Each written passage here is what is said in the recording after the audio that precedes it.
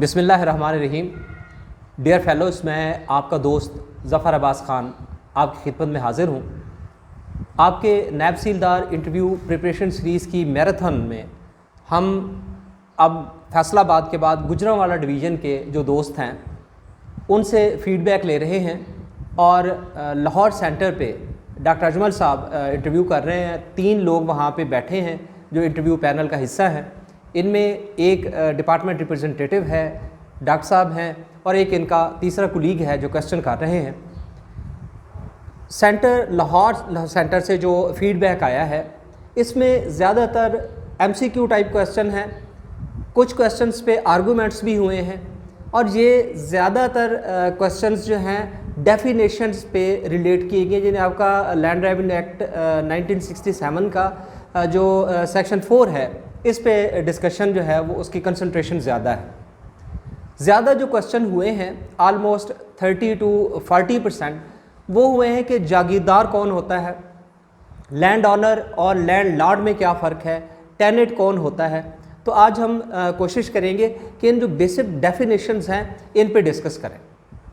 Dear fellows, आपको पता है कि रेवेन्यू डिपार्टमेंट ज़्यादातर ज़मीन और रेवेन्यू से डिस्कस करता है, यानी ज़मीन क्या है, इसकी अक़साम कितनी हैं, इन पे रेवेन्यू असेस कैसे होता है, रेवेन्यू जनरेशन कैसे होती है, रेवेन्यू कलेक्शन कैसे की जाती है, और किस किस ऑफिसर को रेवेन्यू कलेक्शन के दौरान में क्या क्या अख्तियारात हासिल हैं।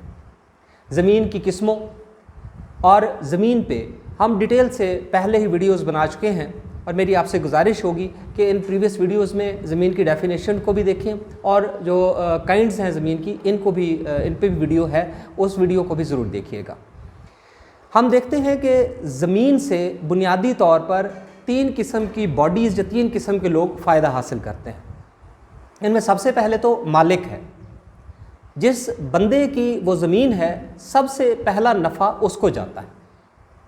इसके बाद दूसरे नंबर पे नफ़ा हासिल करने वाला काश्तकार है, और तीसरे नंबर पे नफ़ा हासिल करने वाली गवर्नमेंट है।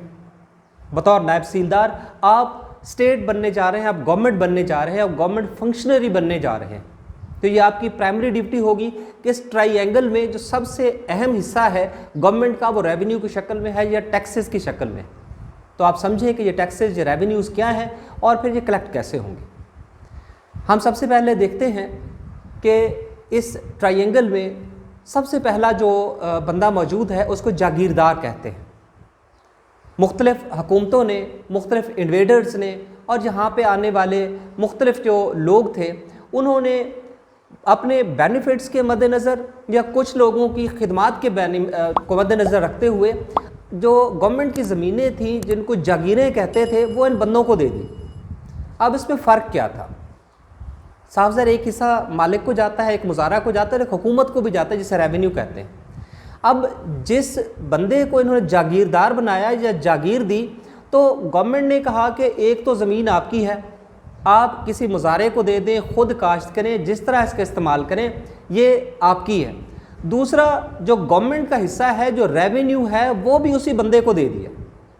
अब देखिए, इस तरह से जो बंदा था एक तरफ तो ज़मीन से नफ़ा हासिल कर रहा था, जबकि दूसरी तरफ हुकूमत ने अपना रेवेन्यू भी उसे दे दिया, और इस तरह से एक तरह से उस बंदे को वहाँ पे एक स्टेट का दर्जा दे दिया कि आप यहाँ पे हुकूमत भी खुद हैं, ज़मीन को भी काश्त करवाएं, लोगों से लगान या रेंट भी लें, जो रेवेन्यू जनरेट होना है, असेस होना है, वो भी असेस करवाएं ऑन बिहाफ ऑफ गवर्नमेंट, और ऑन बिहाफ ऑफ गवर्नमेंट अपने ही ख़जाने में, अपने ही एक्सचेकर में इसको रख लें। इस तरह से गवर्नमेंट ने कुछ शराइत भी रखी कि आप इस इलाके में फ़ौज तैयार करेंगे, यहाँ पे आपके इलाके में पुलिस का सिस्टम आपका होगा, यहाँ पे प्रिजन सिस्टम भी आपका होगा। इस तरह से गवर्नमेंट ने एक तरफ तो इस बंदे की खिदमत का सिला इसको दे दिया, दूसरे मुस्तकिल तौर पर अटैचमेंट हो गई उस बंदे की उसके साथ, गवर्नमेंट के साथ, और तीसरे गवर्नमेंट को जो अहम किस्म के वहाँ पे तहफ़्फ़ुज़ात थे और या वहाँ पे जो बेनिफिट्स गवर्नमेंट ने लेने थे वो भी मुस्तकिल तौर पर गवर्नमेंट के महफूज हो गए, और इस तरह से जागीरदार बने। यही जागीरदार बाद में मोनार्क्स और बड़े बड़े डिक्टेटर्स भी बने। इसके बाद दूसरे दर्जे पे जो आदमी आता है, जो इन डेफिनेशंस में है, उसको लैंड ऑनर कहते हैं। अब यहाँ मैं थोड़ी सी क्लैरिफिकेशन चाहूँगा कि मैं आपको करूँ, वो लैंड ऑनर और लैंड लॉर्ड के दरमियान। बड़ी सिंपल सी बात है कि जागीरदार में जहन में रखें कि ज़मीन भी उसकी होती थी और गवर्नमेंट का जो रेवेन्यू का हिस्सा होता था वो भी उसका होता था। लेकिन जहाँ पे दोनों, चाहे वो लैंड ऑनर हो या लैंड लॉर्ड हो, बाकायदा तौर पर गवर्नमेंट का जो टैक्स है या उसका गवर्नमेंट का जो हिस्सा है जिसको रेवेन्यू, लैंड रेवेन्यू कहते हैं, वो गवर्नमेंट को अदा करता है और इसकी कलेक्शन होती है थ्रू रेवेन्यू ऑफिसर्स। यानी आप जब नायब तहसीलदार बनेंगे तो आप भी इंश्योर करेंगे कि गवर्नमेंट का हिस्सा लेके गवर्नमेंट के ख़जाने में वो जमा करवाएं। अब फ़र्क क्या होगा? फ़र्क ये है कि अगर तो एक मालिक अपनी ज़मीन किसी काश्तकार को दे देता है काश्तकारी के लिए तो उसको लैंड ऑनर कहेंगे। लेकिन अगर वो मालिक अपनी ज़मीन खुद काश्त करता है, जैसा कि मैंने आपको खेवट नंबर और खतौनी नंबर के फ़र्क की जो वीडियो हमने बनाई थी और आपने यकीनन देखी होगी, उसमें आपको बता दिया था कि एक मालिक नंबर खेवट मालिक के नीचे भी उसी का नाम है और नंबर खतौनी काश्तकार के नीचे भी उसी का नाम है, क्योंकि वो खुद काश्त कर रहा है।